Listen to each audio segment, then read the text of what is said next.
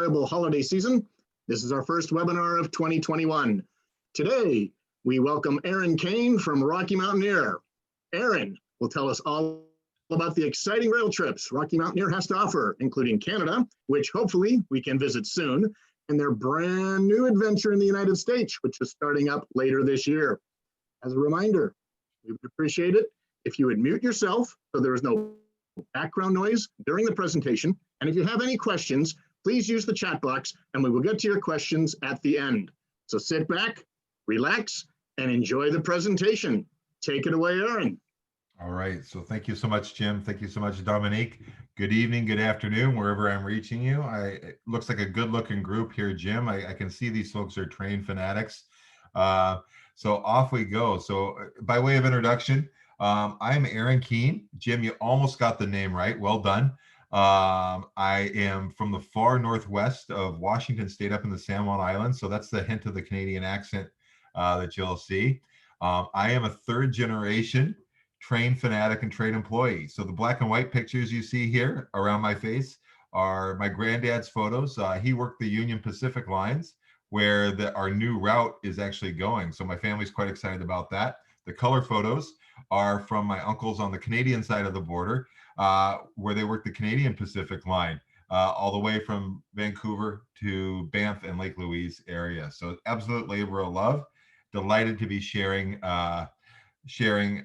a little bit about what I view as the best way to travel the States and Canada.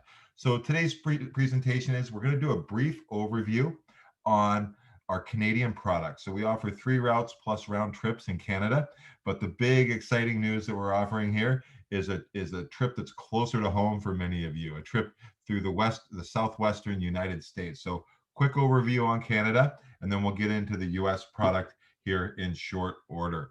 And again, a reminder, chat any questions you have along the way, and we'll get to them towards the end.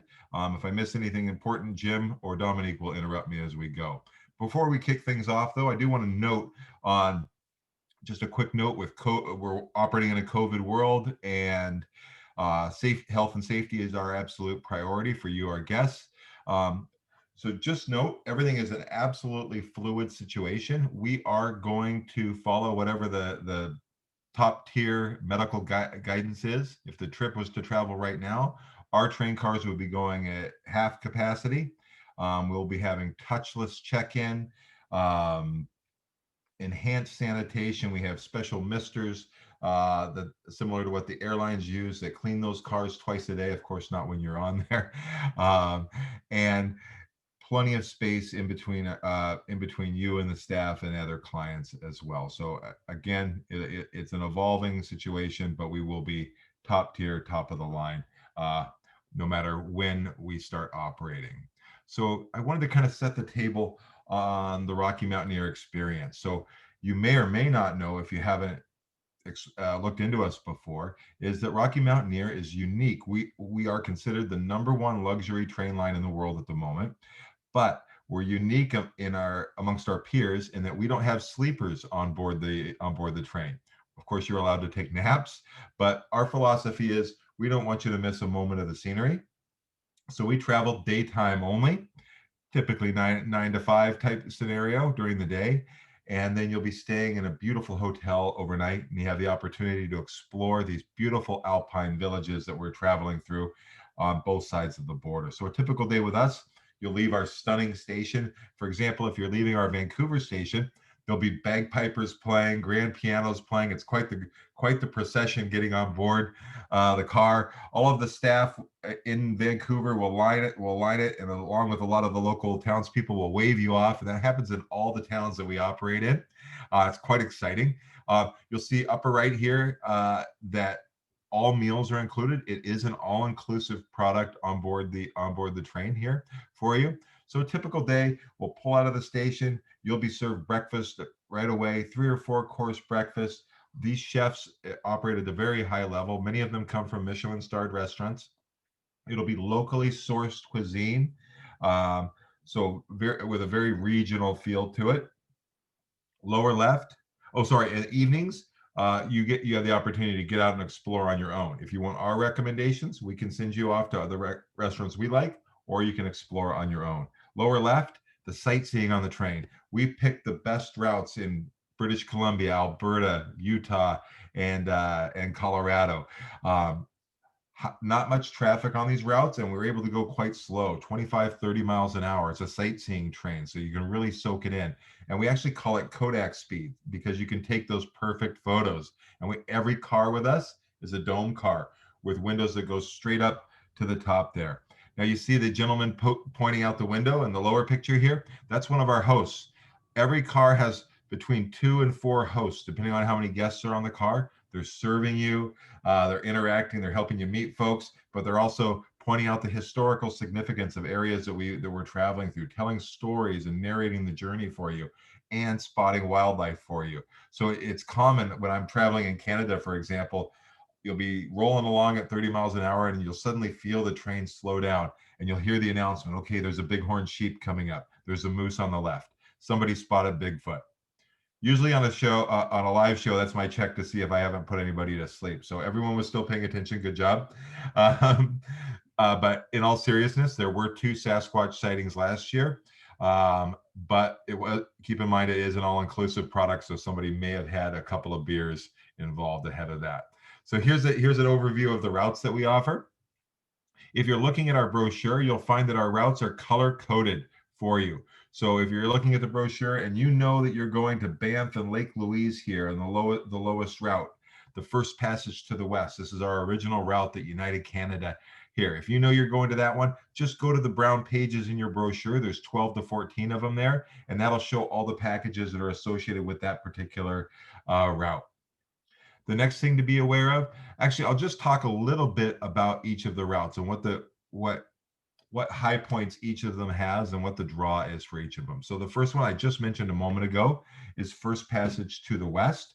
It is the original route that United Canada. So I get a lot of history buffs and train buffs on board here. It's also the only passenger route that goes to Lake Louise and Banff. So it's very exclusive here. So highlights of this trip for me, day one is a stop at Hell's Gate. Now, everyone here will have heard of Niagara Falls, right? Well, Hell's Gate actually has 3 times the water going through it that Niagara Falls does. So it's a stunning scene of thundering rapids and raging waterfalls, and we'll actually stop the train for those perfect pictures for you. You'll overnight in the beautiful river city of Kamloops. And then day 2, the highlights for me are you'll pass where the last spike was driven there, and you'll go through the spiral tunnels, and lots of brilliant blue lakes and lots of wildlife sightings on this one. And then you're straight into the Banff and Lake Louise villages there. Journey Through the Clouds is a 2-day on the train, plus your add-on hotels at the beginning and end. This is our shortest route to Jasper. Highlights on day 1, again, you'll see Hell's Gate, similar to the last route. Day 2, it's all about the wildlife and the waterfalls. There's a dozen progressively more impressive waterfalls that culminate in Pyramid Falls just outside of Jasper.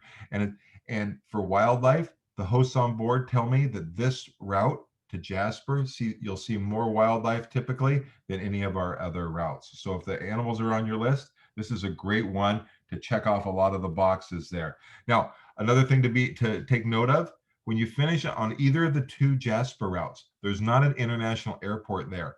So we don't just leave you there when you get off the train. We'll take you down through the Icefields Parkways and onto the Athabasca and Columbia Icefield glaciers. And then you'll spend some time in Lake Louise and Banff before you fly out of Calgary or make it a round trip here. So I love the 2 Jasper itineraries because it allows you to check those boxes and see a little bit more of Western Canada if you haven't been there in a little while or ever. If you want a little bit longer trip, or a trip that goes via Whistler. We only have one route that goes through Whistler, the scene of the Winter Olympic Village about a decade ago. This is our longest one-way route, 3 days on the train, plus your stays at the beginning and end. Beginning in Vancouver, you'll hug the coastline and go up to Whistler. You'll get into Whistler a little around lunchtime, do an early check-in at the hotel, so plenty of time to explore that iconic winter village there. Day 2, it's all about the changing ecosystems. You'll go through 8 different ecosystems, including tropical rainforest or coastal rainforest. You'll go through high desert where they still have standing ghost towns from the BC Gold Rush era days. You'll overnight in a tiny little town called mountain town called Quesnel. This is where my wife's family's from. There's about 5 people that live there. Sorry, 5,000 people that live in Quesnel. But it's a cute little, nice little spot to overnight in here. Day 3 is all about the brilliant blue lakes and a lot of wildlife sightings as you make your way into Jasper. And you'll be right up amongst the peaks. But when I say up amongst the peaks, with Rocky Mountaineer, the highest elevation you're really messing around with in Canada is about 5,000 feet, and we average at about 3,000 feet. So it's not particularly high compared to the mountains that we operate in the US. Now, with that said, those were all the one-way options, and it's all customizable. We can add on as many days as you like here. But the number one feedback that I've gotten in my 5 years working with Rocky Mountaineer is that, not a complaint, but people wish they had more days on the train. So we have worked on that situation. We've synced up the schedules. So you can take one of those 2 Jasper routes I was just describing, spend as much time as you like in those mountain towns, and then make it a round trip on one of our other lines, because we have 3 or 4 trains traveling at any time. So it's quite easy to make it a round trip. So any of those one-way journeys that I was describing earlier in the presentation would be about 5 to 7 days with all the hotel stays and transfers and tours that we include. A round trip would be about 9 to 12 days for your planning purposes. So 2 categories of train car with Rocky Mountaineer. Both of them are luxury train cars. The only difference is a little bit with the dining and the size of the car. So Silverleaf cars are those cars that are more your traditional train car. But every car with us is a dome car. If you were on Amtrak or other operators in Europe, to get to the bar car or the dome car or the restaurant car, you have to move down the train. Every car with us is self-contained, so we have the windows that go straight to the top. Lots of space in between the seats. The seats are leather, they're heated, they've got outlets on them, everything you need, barring a TV, because we want you to sit back and soak in that stunning scenery. So everything is on one level here. And the main point of difference is the dining is done at your seat. So the same team of award-winning chefs will be bringing the food and the drinks to you. So all you have to do is sit back, relax, and soak it all in. Now, the Gold Leafs are the big double-decker cars. You can see the windows go quite high up to the top of the car. All the seats are on the very top of the car here. There's a separate dining area down below. To get down below, we have a beautiful brass and oak staircase. There's actually 2 of them on either end of the car, as well as an elevator on board each of the Gold Leaf cars. If you have mobility concerns, you'll be able to, we can get you from point A to point B, no problem to get down there and dine. There's also a big outdoor area on the Gold Leaf, significantly larger than the Silverleaf, but both do have areas where you can get out and take those photos from outside the train car for that unique perspective there. So evening times, remember we're traveling 9 to 5, 9 to 6 during the day. Evening times, we've picked the very best hotels for you. Silverleaf and Gold Leaf, it doesn't matter. It's just, we just will give it to you on location and price. So during the booking process, when you're working with Jim or Dominique or anybody else on their team to make your Rocky reservation, we'll give you a list of 6 or 8 hotels. We'll talk to you about the location, the amenities, how fancy you want to be, where you want to be in town, and the like. And we can certainly mix and match Gold and Silverleaf hotels to bring the price down. Or if you want to go high end the whole way and Gold Leaf the whole way, we can certainly do that as well. Another neat feature that I just love, 15 trips on the Rocky Mountaineer, and it always works perfectly, is we handle the luggage all the way. It'd be kind of a pain in the neck, right, to have to repack your luggage for each day on the train and each day on the tour. Just leave the bags in your room. Please pack them, of course, but we'll actually race those bags ahead of the train. So they'll be waiting for you in these hotels as we pull into the station. We'll hand you your room key on board the train. Short transfer up. You don't even have to check in. Just go right into your room. Your bags will be laid out there in your room for you. So it's a very nice touch. A little bit on when to travel here. So we don't operate in the wintertime. Quick quiz. Why do you think that is? Everyone's muted, so you're okay. I'm guessing you're going to say it's cold. That's part of the reason. But we used to have a winter season, but it's mainly because we're a daylight train only. If you've ever been to the far north where I'm from, As you get into the heart of winter time, you're looking at sunrises quite late in the day. Far up into BC, probably like 8:30, 9 o'clock in the morning. So because we travel daytime only, and the sun sets early as well, you'd be missing out on half your trip. So to take advantage of the daylight, we operate seasonally. So we get going in the spring, mid-April to mid to late October is our operating season. So what are you going to see in each of these seasons? They each have their charms. Springtime, the snow melt's happening, the glaciers are running off. You're going to see thundering rapids, raging waterfalls, and the like. You'll see bear that are coming out of hibernation and working their way down to the lower elevations. Great time to see them as they come out of hibernation. Flowers are just starting to bloom. You get great package prices because the towns are a little bit slower then. So the hotels are giving us better pricing options for the overnight stay. Summertime, a little bit busier. So book in advance for summer. Amazing color palette this time of year. The flowers are in absolute full bloom and popping there. The weather is really consistent, very similar to California. It can actually get up close to 100 degrees in Jasper, although that would be 1 or 2 weeks out of the year there. Pretty temperate into the mid to high 70s in the summer. Autumn or fall is my personal favorite time of the year to travel. In that you've got the fall foliage colors that really stand out there. You might have a bit of snow, but it's not sticking in town, so it's usually just capping the mountain tops. You'll see a lot of bear and bald eagle this time of the year as well, because the salmon spawning runs are happening along the riverways there. So lots of wildlife to see in the fall, and again, better package pricing because the kids are back in school, so the towns are a little bit slower. So current promotions, we have a $600 value add, which is an added hotel night, an arrival or departure airport transfer, and we'll add in a special dinner along the way. That's wrapping up, I think, around the 15th, so no pressure on that one. Don't worry, it'll be replaced by another special. I'm just not sure what it is, but it'll be slightly different than the one here. I'd like to segue now into the Rockies to the Red Rocks, our U.S. offering that we're just rolling out this year. And if it's okay with Jim and Dominique, I believe it is, we're going to do a 1-minute short video. I think it'll come through okay, but if it's not, it's got some wonderful imagery. And then we'll pick up on a few more details on this particular route. An extraordinary place deserves an extraordinary way to see it.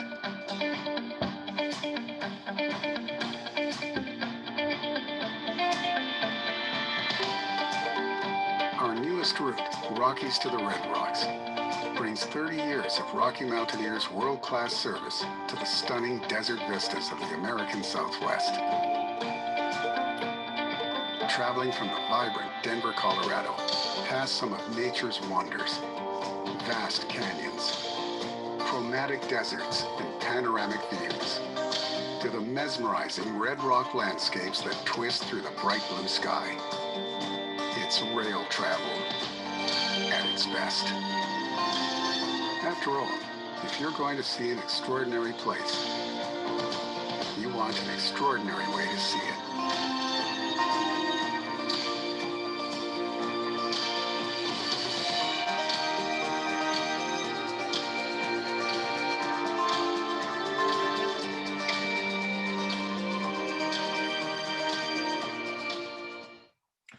Okay, so hopefully that came through all right. Deborah, give me a thumbs up if that was okay. All right, good. Thank you, guys. Wasn't sure. All right, so as we get into the U.S. route, a little bit about us. We've been operating for 30 years. We started off just on that Banff route in Canada with just a couple of cars, and now and here's just one of our historical trains there. The genesis behind Rockies to the Red Rocks was we knew we wanted to operate in the States. We were gonna open it in 2023, but with COVID happening, we recognized that there's going to be a lot of people that wanted to possibly travel and stay a little bit closer to home. And so we moved up our announcement date and announced in November of this year. So without further ado, here's a bit about that particular route. So the jumping off points for the train are going to be in Denver or Moab, Utah. with connections to Salt Lake and Las Vegas. Now, Moab does have a little airport if you just want to do the rail only portion. But the bigger connections, if you want to do the tours and whatnot, is going to be Salt Lake City and Las Vegas. The trains go east to west and west to east. And we'll be operating that season mid-August through mid to late October of this year. For the purposes of the presentation today, I'll be describing it going from Denver to Moab, but just keep in mind it goes the other way. And actually my preference is to actually start in the west and go to the east as you get, so you can gain the elevation and have that big finish into Denver. So day one, leaving Denver. So it's about an 8-hour day on the train. We get going on about 9 in the morning. So breakfast is going to be included. Lunch is going to be included on here. Drinks as well. This is all about the canyons on day one. The millions of years of water erosion has just produced these stunning canyons, and we follow the rivers pretty much the whole way. So right out of the gate in Denver, you're going to hit the Big Ten curve, which is considered one of the engineering marvels of the modern railroad era, to get over the Continental Divide. So it's quite an experience. And then we're into the tunnels and canyons that day one in the Southern Rockies is famous for. And you'll be overnighting in this beautiful town of Glenwood Springs. I'll show some images of Glenwood later, but it's stunning. It's a beautiful alpine town, wonderful spot to overnight in with some great artisanal shops, as well as excellent dining and accommodation options. So here's some of the shots from day one that we have. As you can see, we're along the water the whole way. This trip, you're going to be along the Colorado River or other waterways for about 70% of the trip. And most of the trip is going to be in areas without roadways next to them. So it really has that feel of being right at the ends of the earth as you're traveling along. Gross Reservoir Dam is another favorite of mine. And here's just another stunning shot of the waterway here. Day two, a little bit earlier start, and you'll be getting in a little after lunch in Moab here. So day two is all about the red rocks. You're getting into those mighty five, the big five national parks, where it's like Arches, Goblin, and those really unique rock formations. I'll just have to show you a couple here. These just stunning skylines here. Mount Garfield, which is part of the Book Cliffs, as well, and the LaSalle mountain ranges as well. And here's just some other great shots that they took recently on a scouting trip down there. And as you can see, the beautiful red hoodoos are scattered throughout the area. Now, for the onboard train experience with us on this particular route, it is going to be Silverleaf only. Now, remember when I was talking about the two categories? Goldleaf is not going to be an option in the U.S. route for one key reason. In the U.S., the tunnels are too short.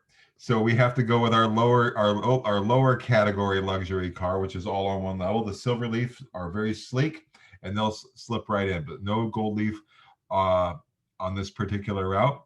Remember, this is a single level coach.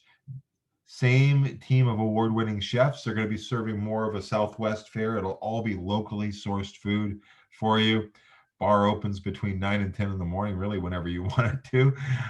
And they will have an outdoor area on the Silverleafs as well. As you can see, the windows go quite high up, expansive viewing options as well. And remember, the food and the drinks will be brought to you. And of course, every car is hosted and narrated, so they'll be talking you through your journey and what you're seeing along the way.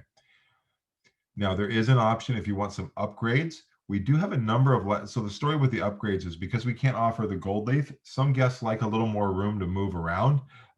So we're offering an option called Silverleaf Plus, which is what's happening is we are revamping this particular lounge car that you see here. It's getting a modernized facelift, and we'll have bartenders and mixologists and waiters in here. So for a small upgrade fee, you can go with the Silverleaf Plus, which is going to be attached to your Silverleaf car. So if you feel like you need to move around a little bit more, shake your legs out, it'll have canapes, appetizers, even some other unique cocktails as well, so you can wander in there and stretch your legs and check that out as well. So a little bit about each of the cities. So let's start. We started in the east. We're working our way west with Denver, Colorado. Denver, Colorado.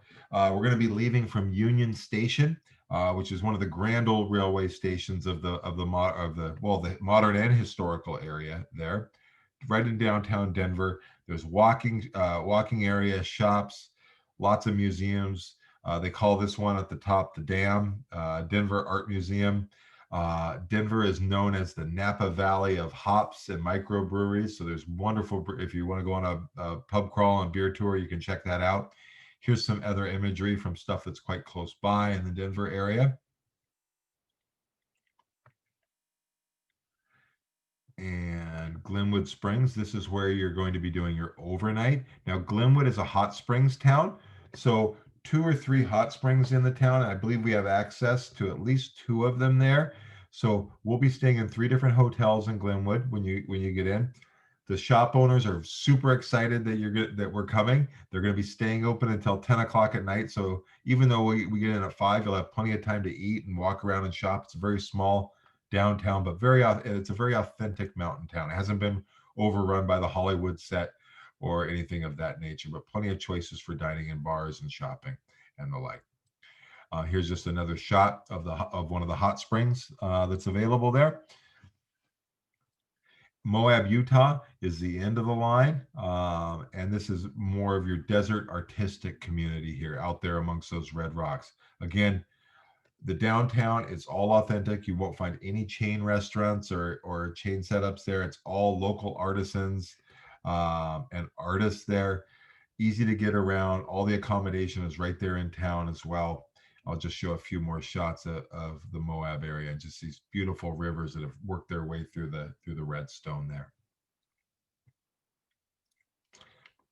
Now, evening times about the hotels. We work with as noted earlier, we work with the very best hotels that are available to us in each of these. This is going to be the Hoodoo Moab, part of the Curio Collection by Hilton. We also have a Hilton Homewood Suites as well as Hyatt Place in this town.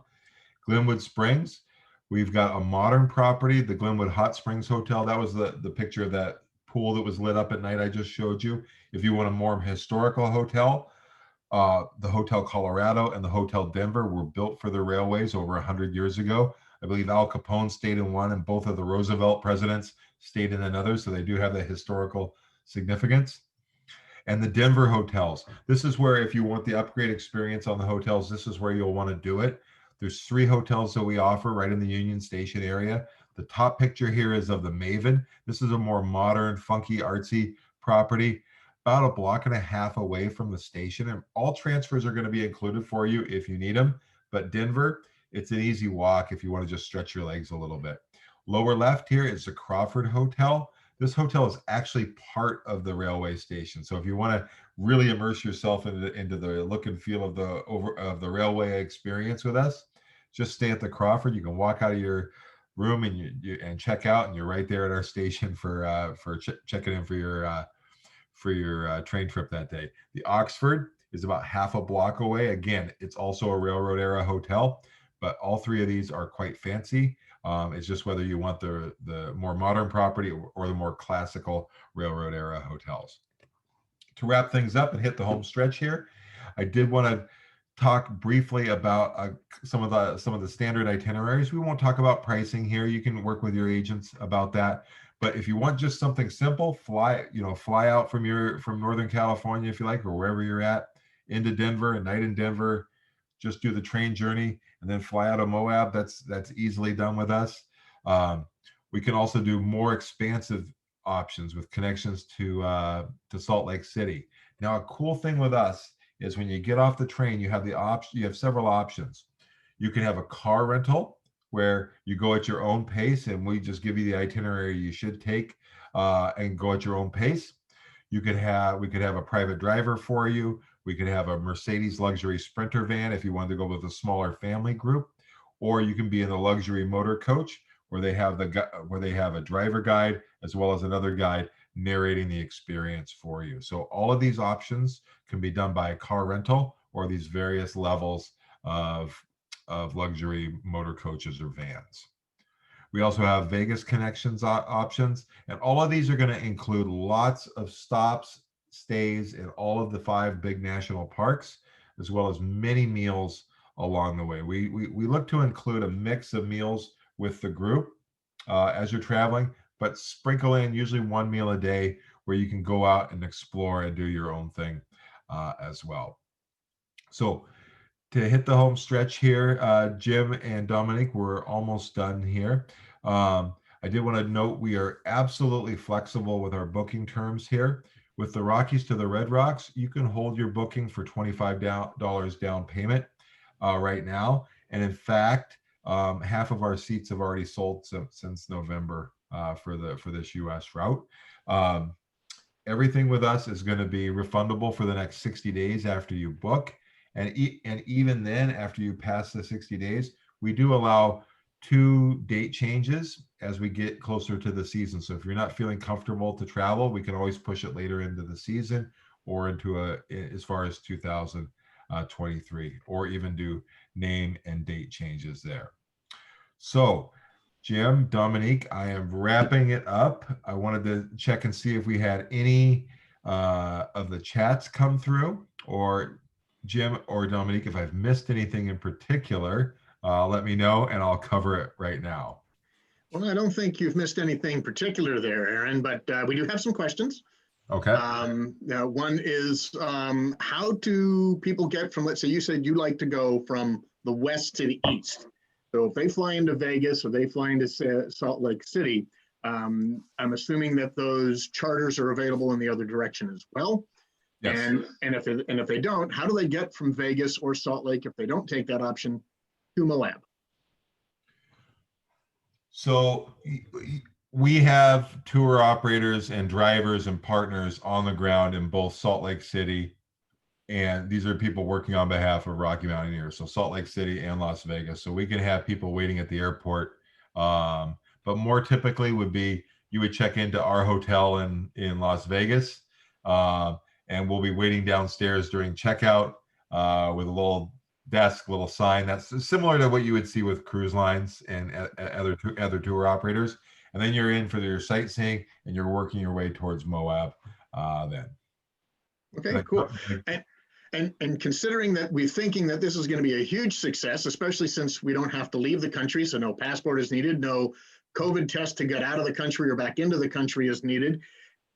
Any thoughts at this time? And it's probably too early for this question, but any thoughts about expanding in the United States? I know you have 3 routes in Canada, but yeah, I'm thinking going Denver north into the Montana area and to Glacier National Park. Yeah, so it's funny you mentioned this, Jim. We're always looking for new routes. The challenge for us is it has to be great daytime scenery, because we prefer to do daytime only. There has to be enough hotel rooms to accommodate a train with 200 guests coming in, and not every alpine town can do that. And the other challenge can be we like to look for single owners of the rail track. Like for example, in Canada, we're working with Canadian Pacific. Here, we're working with Union Pacific. It can be a challenge if you're going over 3 different rail systems, you're having to negotiate 3 rail contracts, and three control centers. When you're trying to get priority on the lines there. But yeah, Glacier is always brought up as a future route for sure. Okay, and then the last question I have, and I think I already know the answer to this, but maybe the people don't.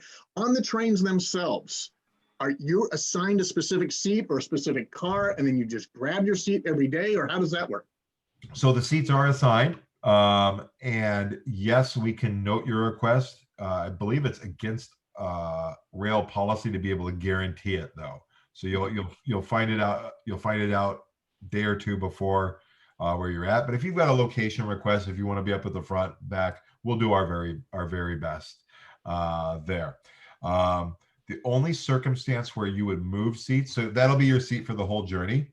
The only circumstance where you move seats that I know of is if you're a single traveler and you're sitting next to another single that you're not with, they'll swap it day 1 and day 2. So somebody has a window seat one of the times. And I'll anticipate another question that I get is, which side of the train is the best to sit on, right? I get it. Every live show I did, I should probably mention it here, is because the answer is either, because we're following the rivers the whole time. So you'll cross the Colorado, in this case, 100 times during a day, right? On these bridges and trestles. So you'll find yourself on the water side or the mountain side about half and half. And that's the same in Canada as well. Okay. Well, I I have don't a see. question. Oh. I have a question.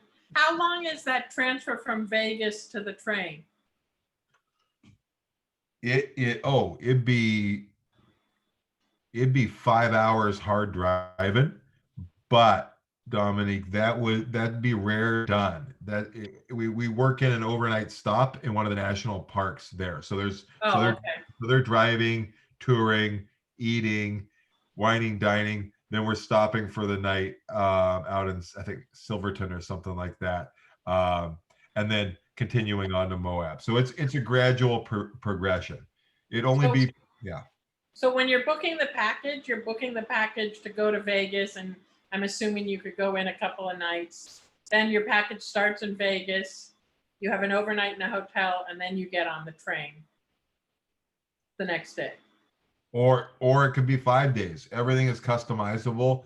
It's just how much touring you want to do around Vegas as you work your way towards Moab. When we're operating that train, because that train is only going to be going back and forth because that's a single route. It's going to be going every other day, if that makes sense. So you're not going to have to wait. You're not going to have to wait in Moab for a whole week. Okay. Like you would in like Quinnell in on one of our routes there. So now it's not that difficult to hold space because it's a small deposit $25 refundable. Yes. to hold space. The route is Southwest Airlines, no change fees, super easy. Somebody is just entering the webinar right now, so sorry that they missed it. But it sounds beautiful. I can't wait. It's all right. Now, I know you're recording this, so just send it out to anybody that missed it. And you guys have my details, and I'm happy to circle back for anything I may have missed. Okay, well, just one last chance, folks. If you have anything you want to type in the chat for Aaron so we can ask him directly. If you don't think of anything now and you think of something tonight, tomorrow, next week, whenever, just please reach out to any one of us here at Travel Wizards and we'll make sure we get that question answered by Aaron. Okay, we do have one more coming in through. If he hasn't done so, can he say something about single travelers? Okay, you mentioned about the travelers going, swapping the seats, but are there single supplement charges and things of that nature? That's a great question. And we probably between 20 and 30% of our guests, depending on the season, are single travelers. So it's good and bad, mostly good. There's no single supplement on board the train. So for your 2 train days plus your hotel, your price is going to be the same as someone traveling with their husband, wife, or partner. Where the pricing can go up is for your Denver hotels, your Vegas hotels, and the like there. So we can keep it close to a per person double rate, but it'll go up on those in those larger cities there. But it won't be as bad as what you would find with a lot of the cruise lines. Okay, well, hopefully that answered the person's question as well. Okay, last chance for tonight with Aaron. Otherwise, like I said, reach out to any of us at Travel Wizards and we will be happy to forward the questions along to Aaron. And we hope you enjoyed tonight's show. We are down at this stage of the game. Wizards World will be once a week on Wednesday nights or Wednesday afternoons at 4:30. And next week, I believe we have Abercrombie and Kent that's going to be showing some beautiful itineraries with them. So thank you very much tonight, folks, and we hope you have a good evening, and we hope to see you next week. Thanks so much. Thank you.